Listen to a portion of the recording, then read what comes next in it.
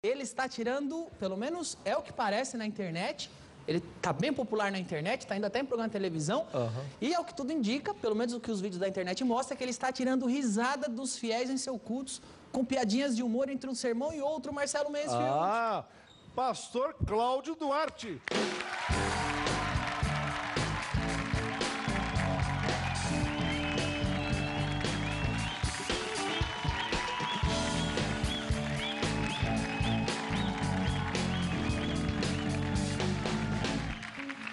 Tudo bem? Olha, não sei se o pastor reparou, mas este tema que o Traje a Rigor escolheu para sua entrada é o tema do Seinfeld. Isso. Seinfeld é um comediante que fazia muitas piadas de stand-up e tal. Ou seja, eu estou entendendo que o Traje a Rigor está comparando o senhor com um humorista. O senhor acha que o que o senhor faz na igreja é humor? O senhor é o pastor do stand-up ou não? Eu não diria o pastor do stand-up, não. Mas eu sempre admirei diversos humoristas, sempre gostei. Sou uma pessoa bem-humorada, então achei que o humor também caberia numa ministração, numa palestra, num sermão. E ele atrai mais fiel? Não vou dizer que atrai mais fiel, não. Mas deixa mais preso ao que você está dizendo? Com certeza atrai atenção. Atrai atenção. Atrai atenção, com certeza. Mas não é pecado dar risada na igreja? Porque muita gente tem essa ideia, né? Esse pastor fica fazendo a gente rir aqui, isso aí não é de Deus. É lógico que por não ser algo comum, né, vamos dizer, é algo mais ou menos que novo, trazer esse humor para o evangelho, com certeza eu enfrento diversas críticas. Tem pessoas que acham que Deus é um velhinho muito mal-humorado, né, querendo brigar com o ser humano, com o homem o tempo inteiro. E o que a Bíblia diz... Não tem humor lá, né? Que a coisa é meio chata. Exatamente, passa a ideia. Na realidade, as pessoas têm uma ideia de que se você for bem-humorado, você não é sério. E na realidade uma coisa não tem nada a ver com a outra. Você pode ser extremamente sério e muito bem-humorado. E pode ser extremamente bem-humorado também. Você pode ser extremamente bem-humorado e extremamente sem graça, como é o caso do Mansfield, não é isso? Vem cá, pastor, seus vídeos estão fazendo muito sucesso na internet, não? Tem muita gente, as pessoas já estão te reconhecendo na rua. Você não é o pastor que faz piada? Isso, as pessoas reconhecem. Na verdade, eu nunca postei nada na internet. Nenhum vídeo foi postado por mim. As pessoas, às vezes, adquirem os DVDs, compram os DVDs das minhas palestras, e eles, então, começam a postar esses vídeos na internet. E acontece com o pastor igual acontecia comigo, com o Menso, de que iam assistir o nosso show e ficavam gravando no celular. Acontece deles assistirem sua pregação, ficarem gravando. Muitos dos vídeos que estão na internet... E você deixa? Não tem problema? Vídeos, eu não tenho nem como coibir isso, né? E também não é o objetivo. Agora, você se incomoda com o pessoal que tira uma piada sua de contexto e mostra só aquele trechinho gerando polêmica? Não, eu não me incomodo muito com isso, não. O que acontece é que as pessoas só estão fazendo isso. Entendi. Então, esse tipo de coisa, de tirar uma piada do sermão e isolar, acaba prejudicando um pouquinho. Isso, E foi exatamente o que a gente fez agora. Vamos ver um trecho só das piadas do pastor. Cadê? Essa geração não tem onde cair morto, Ana. Mulher é um artigo de luxo, camarada. Estou falando mulher, não é tribufu. Tribufu é baratinho. Ana, vai lá. Tribufu, qualquer coisinha serve, coitadinha. Fica lá com aquele semblante fechado.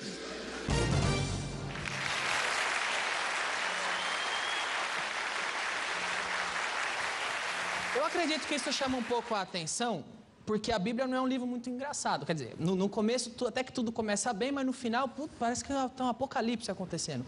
Então, você acha que Deus tem humor?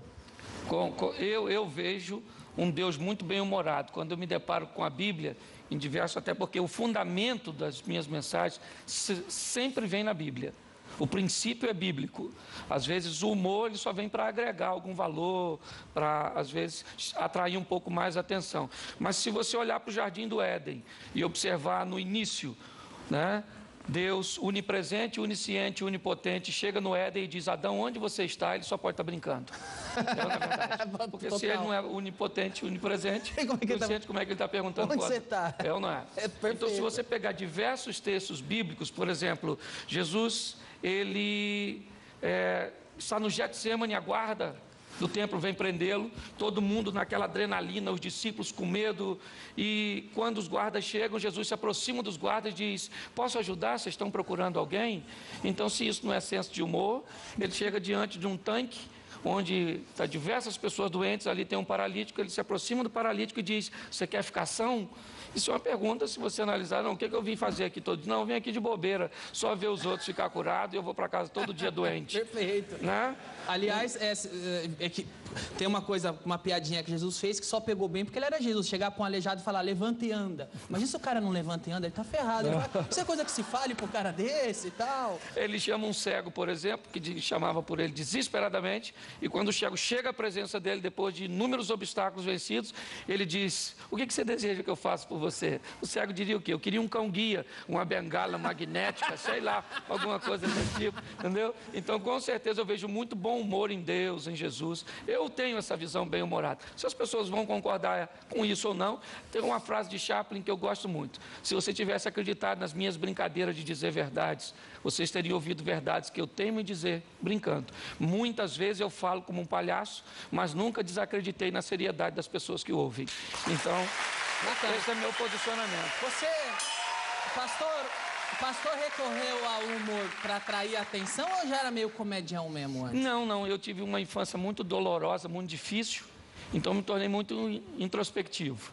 Assim que eu me converti, eu comecei a trabalhar com jovens e uma maneira de atrair a atenção da juventude foi colocar o humor. Eu achei que o humor era um grande atrativo e as coisas foram dando certo. Foram acontecendo, não foi nada programado, não. Legal, geralmente é mais engraçado quem não tenta ser engraçadão, né, Marcelo? Quem leva mais a sério o negócio. Vem cá, qual é a sua denominação? Eu sou da Igreja Batista Brasileira. Você converteu quando hoje? Eu me converti em 92. Por quê? Porque passei algumas dificuldades e acabei tendo um encontro com Deus ali, tive uma experiência com Deus, e aí as coisas foram... Deus foi mudando a minha vida, a minha história, me trouxe até aqui. Aí, tá vendo? Aí você acha que Deus escreve certo por linhas tortas, né? Tem coisa que Deus faz e você não entende. Não, agora é tarde, Deus. Vai saber que um dia isso vem pro bem, né? Há 22 anos atrás eu chegava em São Paulo para trabalhar de pedreiro. 22 anos depois eu venho a São Paulo, né? Num programa como o seu, para dizer que Jesus Cristo é o Senhor, aquele que pode mudar a história. Pastor, os vídeos da internet, eles sempre estão relacionados a marido e mulher, até mesmo a sexo, a vida sexual do casal. É o seu tema onde você é especialista? Não, na verdade, como eu te disse, eu comecei trabalhando com jovem e aconteceu de precisar ministrar uma palestra num evento para casais e não tinha ninguém, me colocaram. E aí a palestra ficou atraente, porque eu comecei a trabalhar com humor e eu busquei voltar para o relacionamento conjugal. As pessoas me chamam de pastor de família, mas na verdade eu gosto desse relacionamento conjugal, essa dinâmica de viver a dois, cabeça de homem, cabeça de mulher, como funciona. Eu sou extremamente contra divórcio, meu pai casou diversas vezes. Mas você conseguiu? Você entende como funciona a cabeça da mulher? Olha, eu tenho estudado aí durante 18 anos. Já chegou a alguma conclusão? Ainda não. Não? Não. Ainda não? Você consegue tatear no escuro e dar alguma dica? Quando, por exemplo, a mente feminina, ela é muito profunda. O homem é muito superficial. Né? Você chega, por exemplo, um homem chega em casa e os filhos bagunçaram os brinquedos na sala, ele diz, junta tudo, coloca na caixa. Coloca agora, a criança vai resmungando e coloca. Se é uma mulher, ela chega e diz, você quer acabar comigo? O seu pai não pode pagar uma empregada, olha como é que eu estou destruído, vocês acabaram comigo. E o filho fica olhando sem pensar assim, do que se trata, não sei do que ela está falando. Ela fala durante 20 minutos e ela vai falando, gritando, e no final ela junta os brinquedos e guarda. É verdade. Então, eu costumo brincar, Danilo, que cabeça de homem é como uma área compartimentada. O homem trata de um assunto por vez. É muito comum no diálogo com a mulher, o homem dizer para ela, nós não estávamos falando disso. Porque o homem é assim, se ele vai falar de dinheiro, ele abre a caixa do dinheiro e fala de dinheiro. Exato. Se a mulher for falar da mãe dela, tem que mudar de caixa, porque ele está na caixa do dinheiro. Exatamente. Então o homem é uma caixa de cada vez. Vamos falar de filho? Vamos, deixa eu fechar a caixa do dinheiro. Fechei a caixa do dinheiro, vamos falar de filho. Agora vamos falar de quê? De esporte, deixa eu fechar a caixa dos filhos. Agora vamos falar da sogra, deixa eu abrir o caixão. Deixa eu procurar essa caixa que eu não sei onde eu coloquei. Né? Mas uma mulher não. A cabeça de mulher é um emaranhado de fio, corrente contínua. O tempo inteiro, mulher fala de tudo ao mesmo tempo. E o homem fica olhando para ela, ela diz, você não vai falar nada. Ele pensa, não sei que caixa você tá. Então, na verdade, a hora que eu conseguir achar a caixa, eu entro no assunto. E a mulherada da tua igreja, ou que assiste seus cultos, suas palestras, elas não chamam de machista, não? Pastor, você é machista? Não, até porque eu não sou machista, não. Defendo demais as mulheres. Entende? Eu acho que isso não é defeito, é acessório. Eu acho que já veio de fábrica, foi Deus que colocou, e eu não estou aí para contradizer. Eu ia falar exatamente isso, porque eu acho que a maneira bem-humorada de tratar desse assunto, que é um assunto que as pessoas ficam meio chateadas de falar de marido e mulher, relacionamento, talvez bem-humorado o pessoal gosta mais. Suaviza. Entenda mais até, né? E suaviza também. Né? Pastor, você disse durante a conversa que começou, não sei se começou ou não, mas que trabalhou muito com os jovens. Isso. Não, agora, o senhor também dá muito conselho para casal, matrimônio, vida sexual. Entra ano, sai ano, os jovens continuam com essa mania de fornicar antes do casamento. Né? Vinha a gente pedir conselho para o senhor. Que conselho o senhor tem para jovem que quer fornicar antes do casamento? Não se deve fazer? É uma questão só de saúde? Qual é a visão do pastor? Vamos lá, o Ministério da Saúde adverte que sexo seguro é com preservativo. A Bíblia adverte que sexo seguro é depois do casamento com uma pessoa só. Não é? Hoje isso, onde as pessoas observam mais o prazer pessoal do que a palavra de Deus, né? As coisas ficaram meio, vamos dizer, misturadas. Hoje, por exemplo, daqui uns dias vai acabar vendo um porte fazendo xixi no cachorro e todo mundo achando perfeitamente natural. Por quê? Porque os valores se inverteram e o errado virou certo. Né? O que eu falo sempre para a juventude é o seguinte, você precisa definir se você é o ambiente ou se você é o camaleão. A vida é assim, se o ambiente faz você ou se você faz o ambiente. Hoje, o ambiente tem feito a juventude. Então, as pessoas acham normal, está todo mundo fazendo, né? Eu vou fazer também, até porque os jovens gostam muito de aceitação, de ser aceito. Todo mundo gosta disso, para se relacionar. Mas a Bíblia diz que sexo é depois do casamento, não dá para negociar isso. Então, fornicação não dá. É só não alimentar. Você não namora no escuro, namora na frente dos outros. Leva seu pai, seu irmão mais novo. Namora na igreja. Não. Só, com licença da palavra, só broxante. Só não broxante. É verdade? Isso aí. O David Banner é fácil de conduzir. O difícil é o incrível Hulk, né, irmão? Então não deixe o Banner virar o Hulk e tá tudo certo. Ok, agora, mas como é que se a pessoa não pode ter experiência sexual antes do casamento, pastor? Como que ela vai saber que está casando com a pessoa certa? Porque não corre risco da pessoa casar, os dois casam virgem, e depois do casamento, quando eles transam, eles falam, eu acho que eu não gostei desse seu lado. E aí fica aquele casamento, que é o casamento gospel, que é aquele casamento que casaram virgem só para não receber bronca do pastor. Então, eu não vou pecar com minha namorada, então para não ganhar bronca de ninguém, eu vou casar com ela, mas depois que casa, as coisas não encaixam.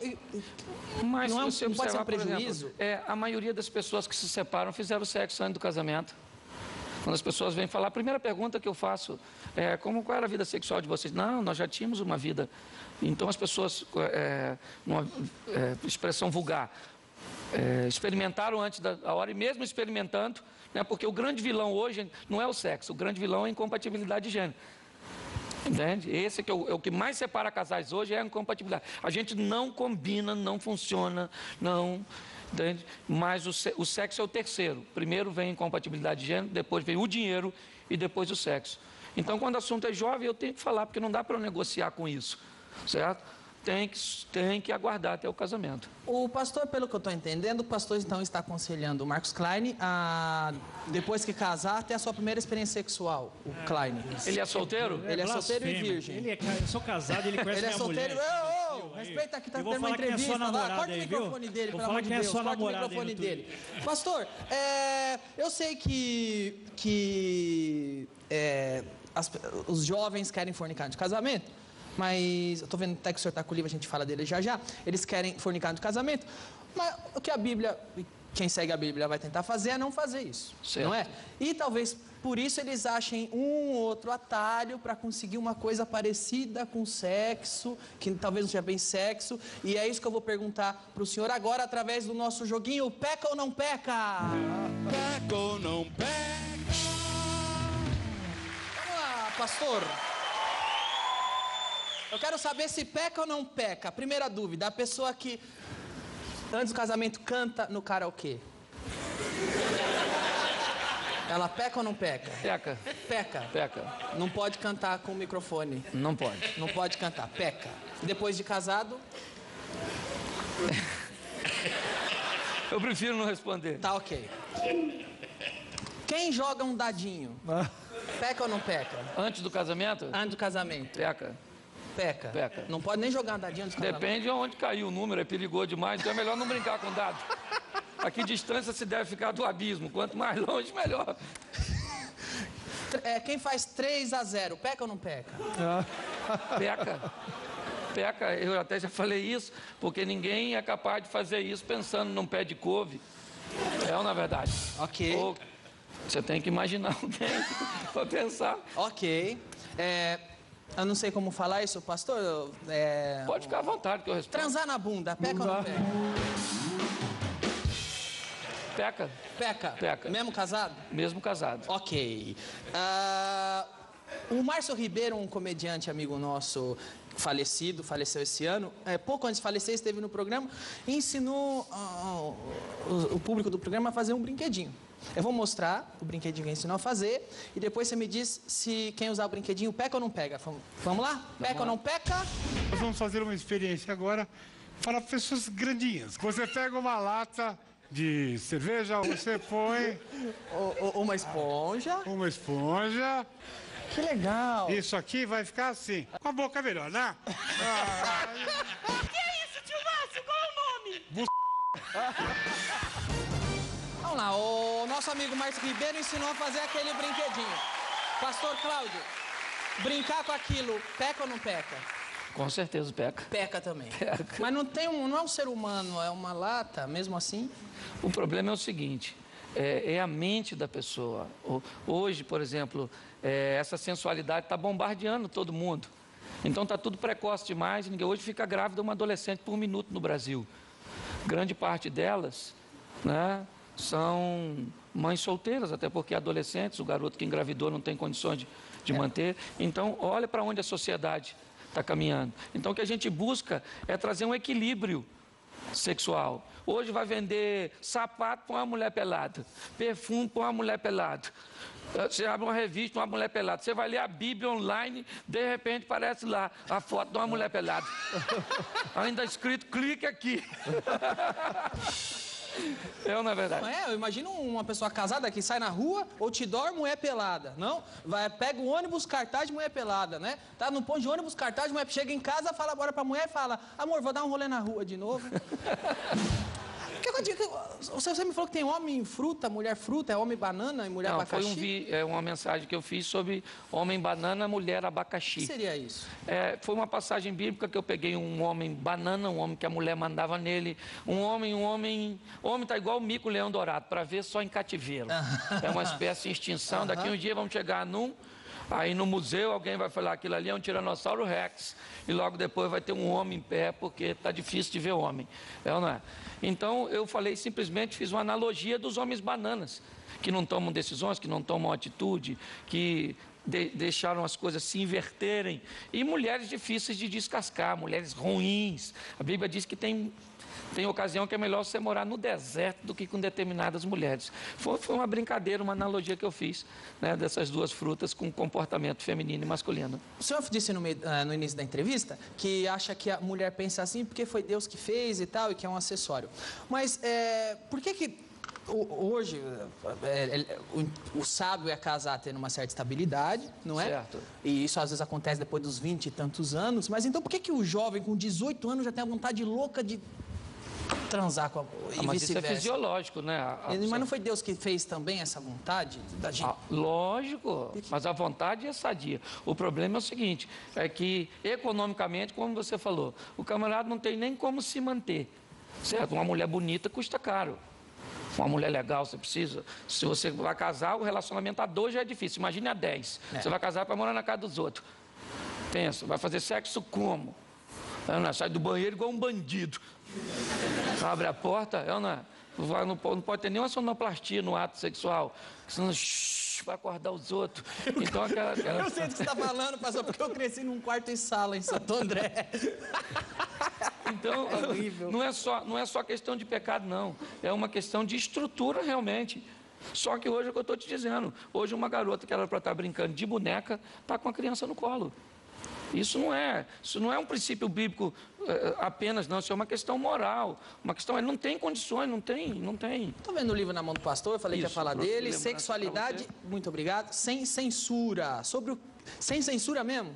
Porque eu estou vendo que tudo que eu quis perguntar, o pastor me deixou bem à vontade para perguntar da forma que eu quisesse para o pastor, e o pastor respondeu o que acontece é o seguinte, esse livro saiu há cerca de 1 ano e meio, 2, com o objetivo de trazer uma qualidade de vida sexual melhor para o cristão, certo? Mostrar um pouco para eles o que se pode fazer, o que não pode, o que a Bíblia recomenda, porque algumas pessoas vão para púlpitos para falar de suas preferências sexuais e não para falar o que a Bíblia diz. Hoje tem muita gente decepcionada com o Evangelho, tem muita gente que acabou morrendo na fé. Por quê? Porque se decepcionou com líderes que estavam construindo um reino para si e não trabalhando para o reino de Deus. Então foi Deus que criou, eu peguei alguns versículos, algumas coisas, algumas pessoas auxiliaram e fizemos esse trabalho que acabou ajudando muita gente. De tudo aquilo que eu falo, com todas as brincadeiras, Danilo, nunca eu encontrei ninguém que disse uma de suas palestras, uma de suas recomendações acabaram com o meu casamento. Tudo que eu ouço o meu casamento mudou, a minha história mudou, a minha vida sexual mudou. Então o objetivo é trazer benefícios para o povo. Agora, pastor, eu tenho uma pergunta de sexualidade sem censura aqui para fazer. O que seria o adultério? O adultério seria eu trair minha esposa com outra mulher. Mas se eu sou casado e eu e minha mulher diz, não, você pode, vamos nós dois no swing, os dois, eu dei o consentimento para minha mulher ir no swing comigo, me trair, e ela permitiu que eu traísse ela, e eu permiti que ela me traísse. Ainda assim é adultério isso? O que acontece é o seguinte, a Bíblia diz que a única nudez que eu posso ter acesso é da minha mulher, e não interessa se ela consente ou não, porque ela não tem autoridade máxima sobre mim. A maior autoridade sobre a minha vida é Deus e não minha esposa.